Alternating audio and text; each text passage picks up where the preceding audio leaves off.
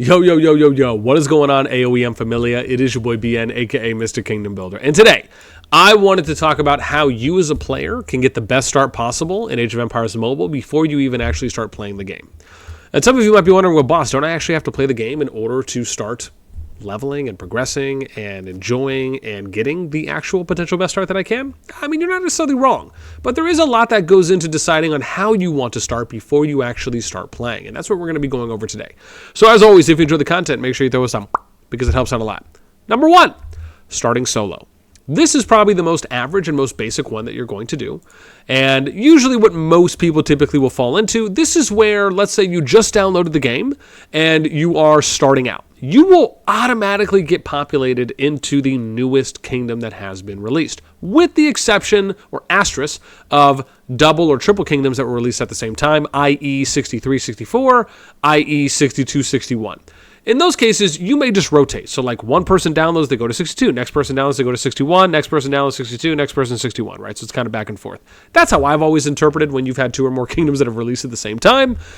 But in this case, to keep things simple, let's say you download the game, you're going to get put into 65. So with this in mind, if you are a solo player, there's just a couple things that you kind of have to understand. Number one is that you probably are not going to have a large say in how the kingdom is developed and how it comes to be. And that's not necessarily a bad or good thing. It just is an expectation to have. It doesn't mean that you can't provide feedback, and it also depends on the alliances that you join. You may join an alliance that just ends up not going anywhere, and you're kind of stuck in Zone 1. Maybe you get into an alliance that makes it to Zone 2, and you get to play a little bit more, you get to do some more objective captures, you get to do some dock harbor, some pass gate captures. It's fun. It's getting a little more enjoyable. But then let's say that alliance doesn't go anywhere or go anywhere beyond Zone 2. Okay, well, you're kind of stuck there, Zone 2, Zone 1. Maybe you don't ever have an opportunity to make it to Zone 3, or you join an alliance and you get to thankfully make it all the way to Zone 3. Now, part of that, as you join alliances, and in some cases, the stronger the alliance, sometimes they might want you to, maybe they'll set power climbing or power gaining minimums that can sometimes be something. Maybe the top alliance is only recruiting people that spend. Maybe they just don't want any free to play in. There's a number of things that can play out here. However, when you are just a member, a grunt, or cannon fodder, which is another way to kind of put it, you are more or less at the behest of how the alliances play out the kingdom, play out the zone, and it's kind of almost like playing Russian roulette at that point because you just don't know what you're going to get. And it is probably the highest percentage kind of gambling risk or chance of you going in. Now, if you are just someone who kind of sticks your nose to the grindstone, you are progressing and developing your account as quickly as possible. You know, you're actively looking to be a part of active alliances, regardless if you want to be a part of top alliances or not. You just want to be somewhere active where they're playing and they're contributing to the kingdom or to alliance via alliance events. Maybe you're someone who's aware of KVK or SVSs and you're just hoping, man, let me just get my account to be in the best possible shape for when that eventually potentially releases. Cool. But just understand that because you are joining solo, regardless of what kingdom you start in, you are pretty much on the lowest food chain of the totem pole, or lowest totem pole for the food chain, we'll say that, or lowest piece of meat on the food chain. That actually sounds nice too. So again, it's going with some realistic expectations. Number two, start with a group. This is where you would start with a group, or you start with a group of friends, and you're kind of making your own alliance, right? So in this case, now we're starting to get a little into it. When you do this, you may have the opportunity to have certain courtesies, certain perks, benefits extended to you, depending on one, how strong your alliance is. Two, are you able to make it into future zones? Three, can you fight off any potential battles that you may need to fight off in your home kingdom? And then number four, are you eventually able to make it to the final zone, to be one of those 9, give or take? And that is really where, if you are strong, now, to keep things very much simple and in layman's terms, and as raw as possible, no pun intended, is that the stronger you are, the bigger stick that you have. And the bigger stick that you have, the more, let's just say, corresponding, the more cachet, the more clout that you'll have in the kingdom to be able to extend and maybe make your view a little bit more known and seen in the kingdom. And this doesn't necessarily mean that you're just going to go around and kill everyone if they don't do what you say. Yes, I understand there are some alliances, some kingdoms that will operate that way. Anything and everything kind of goes in kingdom builders / these war games. But it is, certain things can be extended to you. And that can, as I said, be dependent on a number of those factors. And because of that, it can allow for you to enjoy the game in a different avenue than just being a member that is kind of waiting for the mail, waiting for a marker, waiting to hear what you're going to do next. And that can be another form of enjoyment for some people. Maybe you like leading an alliance. Maybe you like leading players. Maybe you like managing, you like the supervising aspect. Or maybe you just have a small to medium-sized group and you guys just want to go in there and wreak havoc. It really kind of depends on what you want to do. Number 3. Starting, or let's say joining a project. Now, let's just, for simple terms, once again, a project, let's just say, will be for 2 or more alliances. Now, where would you go to potentially find a project to join? Well, you would end up going on to the official Discord. It's probably one of the best places to do, and then eventually sometimes content creators may end up making channels where they allow for projects to be promoted. So, in this case, you would go here to the official AoEM Discord. You'd go to the Alliance Recruitment or Ally Recruitment channel, and you would look through ads on here. Now, it would be nice if eventually they came out with something like what Rise of Kingdoms and Call of Dragons do, which is they allow in this kind of forum channel in order for you to select not only languages, but if they add another tag that says jump or project or new start or restart. Now, if you want to keep things simple, I would just advise them to add a tag that says project, because that just keeps things very universal. And then that way you can click on that and the tag will indicate that those are projects that have not started yet. And that is where you would go and join them. Now, some of the benefits of being in a project is that as they usually are 2 or more alliances, you have a higher percentage chance of having a little bit more opportunity to not only advance further in the kingdom, which means beyond Zone 1 into Zone 2 into Zone 3, but you also have a little bit more of a safety net at being able to potentially deter other alliances or other kind of war or PvP engagements that can happen, because you have a little bit bigger of a stick now, right? So notice how we went from no stick to basically a fan from Blue and Solo, to having a twig, being an alliance, to having 2 alliances in a project at minimum. And now you actually have a branch at this point. And it just allows you more opportunities, a little bit more fluidity, gives you more adaptability, along with having higher percentage chances to not only advance in the kingdom, but to also be a part of a group, especially if you like what that group stands for and you like the way that that group intends and hopes to manage the kingdom, or in whatever capacity they plan to do whatever they want in the kingdom. Even if they just want to join the kingdom, they don't care about managing, don't care about leading, they just want to be active fighters. They just want to be contributors. Finding the right group for you is important, but one of the benefits of being a part of a group is that you have a lot more players that are more likely to come to your defense and support one another, which can also extend the amount of time and longevity that you get to enjoy in the kingdom. So there are a number of benefits as you get more and more. So then let's say number 4 is that you want, and if that part didn't make, if the ending to that did not make a little bit more sense, basically the larger the group, the bigger the stick. So let's get to number 4, which is creating your own group. Now, this is an option you can do as well. If you have some kingdom builder experience, if you've done jumpers, restart, new start projects before, and other kingdom builders, you might have some experience. One example is my boy Mr. Greedy, who was doing the Eternal Empire project, right? He was someone who was in the jumper scene within Rock. He had joined one of my projects. He'd done some of his own projects, right? Someone who has some experience and knowledge in jumping decided to do one here in Age of Empires Mobile and ended up making the largest project so far, right, that the game has seen, at least going into global release. And that's an option that you have as well if you want to start your own group.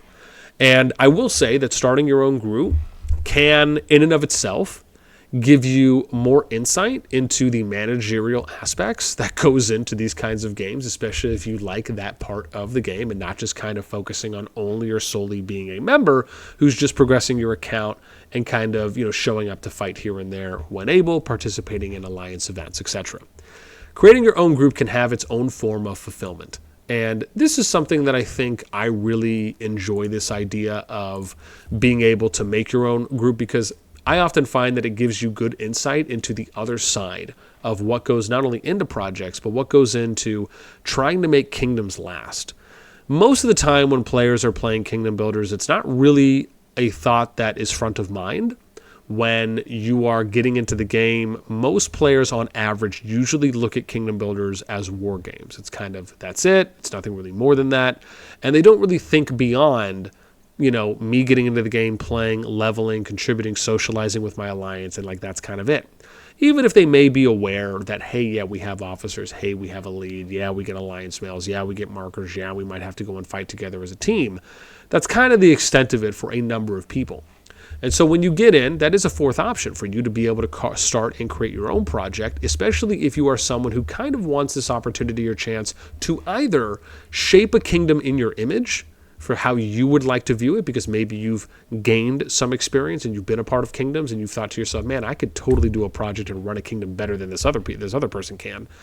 Those can be some reasons on why you would want to. Or maybe, as I said, you want to start a project because you just want a safe place for people to play where they're not going to get bullied, and you don't care about doing any kind of kingdom management, but you just want to be a contributor to the kingdom as a whole. Okay. And then number 5 is that you can have the opportunity, and this, I don't think this is a hot take, but I will need to take a minute to explain. You can join an older kingdom. And some of you might be wondering, boss, why in the heckaroonie would I join an older kingdom? Well, there actually are some benefits here to joining an older kingdom.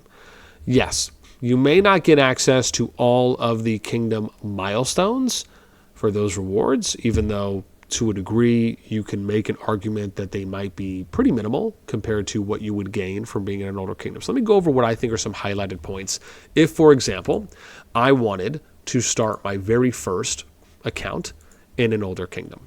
And so I would just go, settings, create. I'd go to create. Oops, did I click on that announcement? We'll go to create, and I would just go here, right, to create an account in, one of these older kingdoms. And so there's a number of benefits. One of the benefits of starting off in an older kingdom is that you don't have to worry about, on average, any kind of civil unrest. You don't have to worry about going through any kind of civil war, the PvP stages, because in an older kingdom, Zone 3 has already been occupied. There's already a king, and in most cases, the volatility of the kingdom has subsided. It's stabilized. So you don't really have to worry about that in most cases. That's number 1. Number 2 is that when you join an older kingdom, alliances are already established. And what's the number one thing that older kingdoms that are no longer getting new players in lack? Fresh blood. And so when you think about the fact that there's no migration recruitment currently, the only way that you could refill kingdom activity is by making a new account there. And this can lend you some benefits, which goes into number 3, is that by you making an account because you know the kingdom needs activity, there is a higher percentage chance that you will be able to work your way in to an already active and stronger alliance. Not only because they need activity, but also because you will be able to join an active alliance that is already established, already has tech established, and you'll immediately be able to start benefiting from that. You can almost argue that it's kind of a boost because you get to start in an older kingdom in an alliance that is active and their technology is leveled. And you might even be able to already have a guarantee of getting into an alliance, and I guess this would maybe be number 4, is that you might already be able to start getting chests from people that are making purchases, because typically if you're able to get into active alliances in older kingdoms, there is a chance that spenders have kind of already stabilized themselves as well, and you don't really know if that's something you'll be able to get compared to starting solo. because you just don't know who's going to keep and consistently spend. So you have opportunities, at least a little bit more of a percentage, to kind of hit alliances where maybe some spenders are in there, and it's just an added benefit. So not only do you get the level tech, and we can just kind of give you an example here, right? So let's go in, and let's say I'm going to join...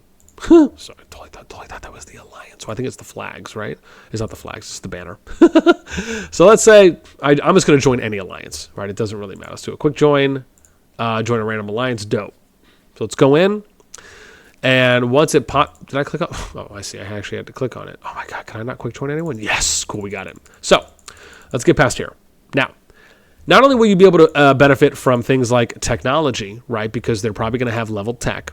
And there's a high chance that joining an older kingdom, they might already have max tech. And that's really where you can start benefiting from some things as well. Just think about being able to benefit from having boosted PvP and military, boosted economy, boosted science, etc. Any of the techs that would be relevant to you as an individual, these are benefits you can take advantage of. Being able to have land where you can already start claiming and getting additional high resources as a new player, once again, another benefit that you'll be able to do. Let's see what else, because I haven't looked at some of these in a while. I don't know if you'll be able to get anything here from the honor areas if you're brand new. Maybe some. I haven't actually tested that myself. Let's see. Oh, no, that's just going towards building. And then again, gifts. You'll also be able to get assists more consistently, especially if you're joining active alliances, because you don't have to worry about kind of going from one alliance to another, starting solo or in a new kingdom where you're just unsure. Again, if you take the solo route where you're unsure about being able to get a consistent and high number of helps all the time and early on. And that's just to kind of name a few of the things. You also might be able to already go into Zone 3 or advance to Zone 3, where you can start getting higher RSS nodes, which means that you'll be able to access those earlier than you probably would compared to being a brand new player in a new kingdom, right, starting off in Zone 1. And that's just to name some of the things. And so what are some of the downsides if you join an older kingdom? Well, you don't get to go through the very beginning stages of what the Zone 1 is like. You'll miss out on some of the stage rewards. You'll probably miss out on some of the new events too as well. But I would very much argue that starting off in an older kingdom, especially if you can get into an active alliance that has max tech, near max tech, even if you only had a couple spenders or however many at minimum, can still be a huge benefit to, if we're just talking about progressing your account in the fastest way possible to get to endgame. We're not necessarily talking about you being able to enjoy all the brand new events, being able to enjoy the day one of a kingdom and seeing how a kingdom plays out. If your sole purpose is just let me progress as fast as I possibly can on my account, this is very much a viable option.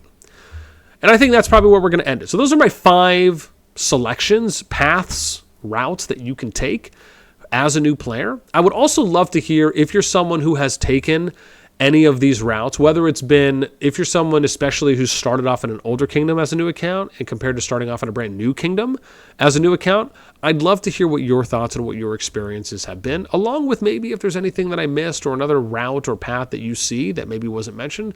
Let us know in the comments down below. That is going to do it for me. I hope you enjoyed, and as always, until next time, we'll catch you later.